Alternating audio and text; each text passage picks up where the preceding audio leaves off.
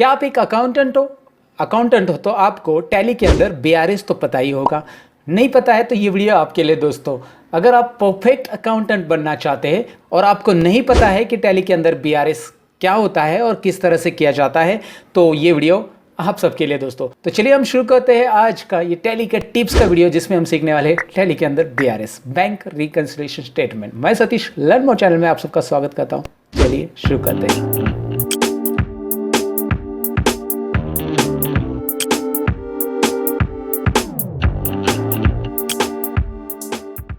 और हाँ, वीडियो में आगे बढ़ने से पहले दोस्तों मैं आपको बताऊं कि आप अगर नए हो हमारे चैनल पे तो वो सब्सक्राइब है ना, उस पर क्लिक कर देना और बेल आइकॉन पे भी क्लिक करना अगर आप हमारे वीडियोस रेगुलरली देखना चाहते हो। तो नहीं देखना चाहते तो don't do this. Let's begin our today's topic.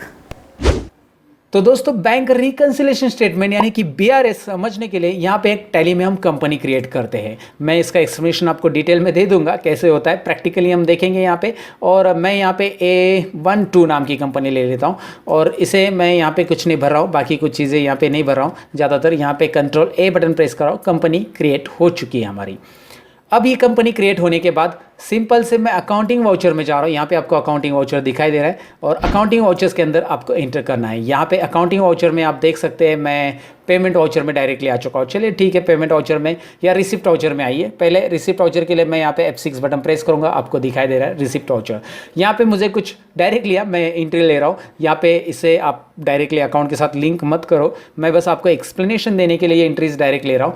और यहाँ पे मुझे करना क्या है कि मुझे एक पार्टी से अब पेमेंट मिला है, जैसे ये राजेश इन्फोटेक है।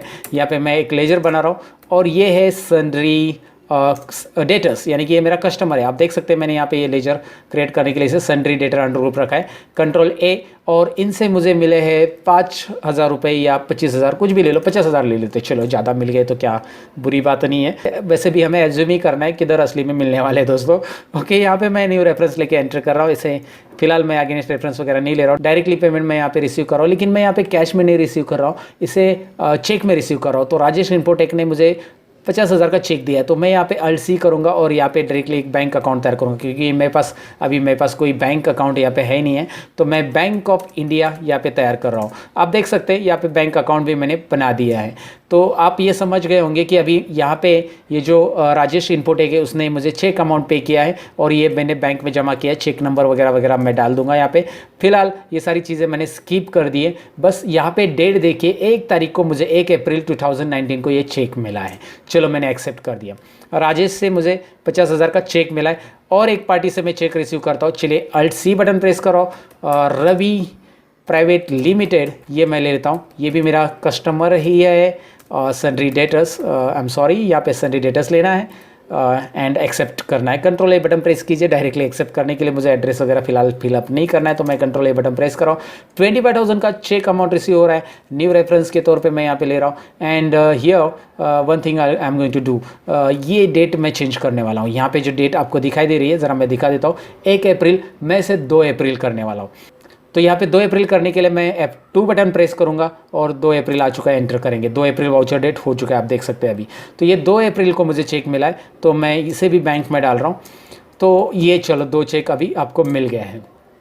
अब आपको पेमेंट की एक एंट्री पास कर देनी है। अब पेमेंट की एंट्री के लिए मैं यहाँ पे करूँगा F5 मतलब पेमेंट वाउचर, F6 मतलब रिसिप्ट वाउचर। ये सब बेसिक तो आपको टैली का पता होगा, नहीं पता है तो टैली की सीरीज चालू है फेसबुक पेज पे, नीचे डिस्क्रिप्शन में लिंक है दोस्तों आपके लिए। फेसबुक पेज विजिट कीजिए, टैली की सीरीज़ वहाँ पर मिलने वाली है और आप स्टार्टिंग से देख सकते हैं टैली के अंदर कंपनी लेजर्स वगैरह कैसे बनाना है। नहीं पता है तो ज़रूर देख लेना। फिलहाल आगे बढ़ते हैं दोस्तों। यहाँ पे मैं पेमेंट कर रहा हूँ एक सप्लायर को, उस पार्टी का भी लेजर में बना देता हूँ। अजय नाम देता हूँ, अजय कंपनी। और अजय कंपनी है सन्ड्री क्रेडिटर्स, यानी कि मेरा सप्लायर, और जिनसे मैंने कुछ गुड्स उधार खरीदे थे। अभी मैं पेमेंट कर रहा हूँ, कंट्रोल A कर रहा हूँ इसे। और यहाँ पे मैं इसे पेमेंट कर रहा हूँ, चलो 15,000 rupees. And here it is new reference and press enter and I am going to pay from bank. यहाँ पे लिस्ट ऑफ लेजर आ रहा है, आपको दिखाई दे रहा है। तो मैं इसे चेक पेमेंट कर रहा हूँ और चेक नंबर वगैरह वगैरह यहाँ पे एक्सेप्ट कर लो। सो नाउ व्हाट हैपनिंग, यहाँ पे मैं चले जाता हूँ डिस्प्ले के अंदर दोस्तों। डिस्प्ले के अंदर यहाँ पे आपको अकाउंट बुक्स दिखाई दे रहा है। अकाउंट बुक में मैं एंटर कर रहा हूँ, उसके अंदर कैश बुक में मैं एंटर कर रहा हूँ, आपको दिखाई दे रहा है कैश और बैंक बुक में। और बैंक बुक में यहाँ पे कुछ लगभग 60,000 आपको अमाउंट दिखाई दे रहा है। तो यहाँ पे एंटर कीजिए, दोबारा एंटर करना है, फिर से एक बार और एंटर करना है। बैंक ऑफ इंडिया आपको दिखाई देगा और यहाँ पे मंथ भी अमाउंट दिखाई देगा और एंट्रीज दिखाई देगी। तो एंटर करते जाइए और एंट्रीज दिखाई देगी। अब ये जो एंट्रीज है ये हमारे अकाउंट बुक के हिसाब से एंट्रीज है, क्योंकि ये जो अमाउंट राजेश इन्फोटेक से मैंने 50,000 रिसीव किया है वो भी चेक में है, रवि प्राइवेट लिमिटेड से वो भी चेक में है, और अजय कंपनी से जो अमाउंट अजय कंपनी को पे किया है वो भी चेक में पे किया है। तो ये सिंपल सी बात है कि अगर आप चेक आज देते हो तो रिकंसिलेशन पीरियड एक रहता है ना बैंक में, पर्टिकुलर 48 आवर्स रहता है, 72 आवर्स रहता है, जो भी है। तो आपके 48 आवर्स या बिटवीन 48 आवर्स टू 72 आवर्स के बीच में या 2 या 3 दिन के बीच में आपका चेक बैंक में प्रेजेंट करने के बाद, आप खुद प्रेजेंट करने के बाद बैंक में वो क्लियर होने वाला है, यानी कि आपके बैंक में अमाउंट एक्चुअली तभी जमा होने वाला है। लेकिन अकाउंट बुक में तो आपको दिखाई दे रहा है कि मेरा 1 अप्रैल को, यहाँ पे देख सकते हैं 1 अप्रैल 2 अप्रैल को 2 चेक रिसीव है और इतना अमाउंट अभी डेबिट है और क्रेडिट है 15,000 रुपये 2 अप्रैल को, ये भी 2 अप्रैल को पास किया मैंने। तो अकाउंट बुक कुछ और बता रहा है, बैंक कुछ और बताएगी, क्योंकि अभी तक बैंक का स्टेटमेंट हमने देखा नहीं है। बैंक में हम चेक प्रेजेंट करेंगे, वो डेट के बाद 2 दिन के बाद वो रिकंसिलेशन हो जाएगा और आपको अमाउंट आपके बैंक अकाउंट में मिलेगी। तो ये प्रॉब्लम यहाँ पे आपको नजर आएगा कि यार बैंक के अंदर जो हमने चेक डाले थे वो कुछ अलग डेट पे वहाँ पे अमाउंट जमा करे और हमारे इंस्ट्रूमेंट यानी कि हमारे अकाउंट सॉफ्टवेयर के अंदर यानी कि हमारे टैली के अंदर कुछ अलग डेट पे है। तो ऐसे समय में आपको ज़रूरी होता है रिकंसिलेशन करना। तो रिकंसिल करने के लिए यहाँ पे इस स्क्रीन के ऊपर आने के बाद यहाँ पे आपको करना क्या है, यहाँ पे देखो F5 रिकंसाइल करो। तो चलिए मैं F5 बटन प्रेस करता हूँ यहाँ पे। अब F5 प्रेस करने के बाद आपको दिखाई देता है रिकंसिलेशन।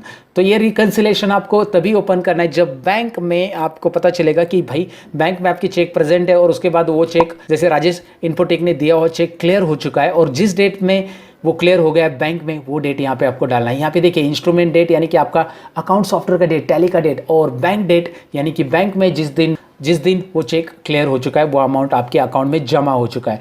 तो चलिए यहाँ पे मैं एजुकेशनल टैली यूज़ कर रहा हूँ, तो मैं यहाँ पे 2 तारीख के अलावा कोई तारीख नहीं डाल सकता हूँ। तो चलिए मैं 1 या 2 तारीख, दोनों में से कोई भी डाल सकता हूँ। तो 2 तारीख मैंने डाल दी। जैसे मैं 2 तारीख डालता हूँ तो यहाँ पे नीचे आना है, आपको नीचे ज़रा देखना है। यहाँ पे balance as per company book 60,000, amount not reflected in bank 25,000 and 25,000 debit and 15,000 credit, right side में दिख रहा है। और बैलेंस एज पर बैंक के हिसाब से बैलेंस कितना है 50,000। तो यहाँ पे आपको ये नोटिस करना है जिस चेक के सामने आपने बैंक का 2 तारीख डाला है 2/4/2019, यानी कि ये चेक क्लियर हो चुका है और ये 50,000 अमाउंट आपके बैंक में जमा हो चुका है। तो आपको balance as per company book 60,000 बता रहा है, लेकिन बैलेंस एज पर बैंक नीचे देखेंगे आप तो बैलेंस एज पर बैंक आपको 50,000 बता रहा है और amount not reflected in bank 25,000 बता रहा है। ये 25,000 क्यों नहीं रिफ्लेक्ट हुए, क्योंकि ये डेबिट नहीं हो रहा है। इसका हमने डेट ही नहीं डाला कि बैंक में ये चेक क्लियर हुआ है नहीं हुआ है, बैंक में अमाउंट प्रेजेंट है नहीं प्रेजेंट है। ये आप कब देखेंगे, जब बैंक से आपको कुछ मैसेज आता है या फिर बैंक में जाकर आप पासबुक का प्रिंट कराते हो, जो भी मेथड से आप अपने बैंक का अकाउंट का जो अमाउंट है जमा हुआ है कि नहीं हुआ है आपको पता चलता है, वो चेक क्लियर हुआ है कि नहीं हुआ है। तो वो क्लियर की डेट आप डालते हो यहाँ पे भी, तो आपको दिखाई देगा कि अभी आप देख सकते हैं balance as per bank 75,000 but balance as per company book 60,000। ऐसा क्यों, क्योंकि 15,000 रुपये की एंट्री जो है 15,000 मैंने पे किए कंपनी बुक के हिसाब से। यहाँ पे दिखाई दे रहा है 2 तारीख को मैंने 15,000 पे किए चेक के हिसाब से, लेकिन यहाँ पे वो रिफ्लेक्ट नहीं हुए। बैंक में अभी भी 75,000 है, वो चेक अभी क्लियर नहीं हुआ है, उसकी डेट हमने नहीं डाली है। सिंपल सी बात है। तो वो भी 2 तारीख को क्लियर हो गया, क्योंकि मैं 3 तारीख नहीं डाल सकता हूँ यहाँ पे एजुकेशनल टैली है। तो यहाँ पे आप देख सकते हैं अभी ये भी 2 तारीख डाला, तो balance as per company book 60 and balance as per bank it is 60 also. अगर मैं इसकी डेट नहीं डालता हूँ और मैं इसे सपोज हटा देता हूँ और इसे हटाने के बाद यहाँ पे फिर से मुझे एक्सेप्ट तो करना पड़ेगा। इसे डिलीट करने के बाद इसे मैं एक्सेप्ट करता हूं, तो अभी आपको दिखाई दे रहा है ये तीनों एंट्रीज है। लेकिन आप रिकंसाइल करने के लिए आपको ऑप्शन आ रहा है वापस F5।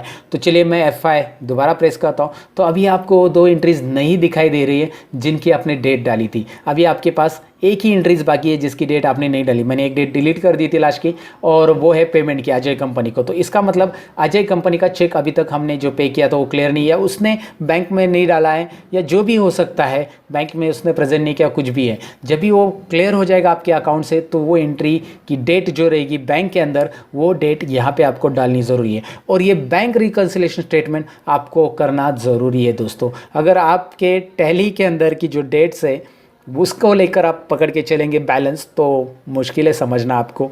बैंक का और आपका अकाउंट कुछ तालमेल ही नहीं रहेगा। आई मीन टू से, समझ गए ना आप। तो ये BRS होता क्या है ये डेफिनेटली आपको समझा होगा कि बैंक के अंदर जिस दिन आप चेक प्रेजेंट करते हो उसके 2 दिन बाद या 3 दिन बाद क्लियर होने के बाद जो डेट आती है वो डेट यहाँ पे डालनी है। तो वो डेट यहाँ पे डालनी है और जैसे आप डेट डालोगे वैसे यहाँ पे आपको बताएगा कि एज पर आपके कंपनी बुक के हिसाब से क्या बैलेंस है और बैंक के हिसाब से क्या बैलेंस है। जो एंट्रीज की डेट आप यहाँ पे डालोगे वो सब यहाँ पे बाद में रिकंसिल के टाइम पे आपको नहीं दिखाई देगी। तो ये सारी चीज़ें होती है BRS के अंदर, बैंक रिकंसिलेशन स्टेटमेंट। तो टैली के अंदर कैसे करना है उम्मीद है आपको समझा होगा। मैंने तो कोशिश की है डिटेल में बताने की।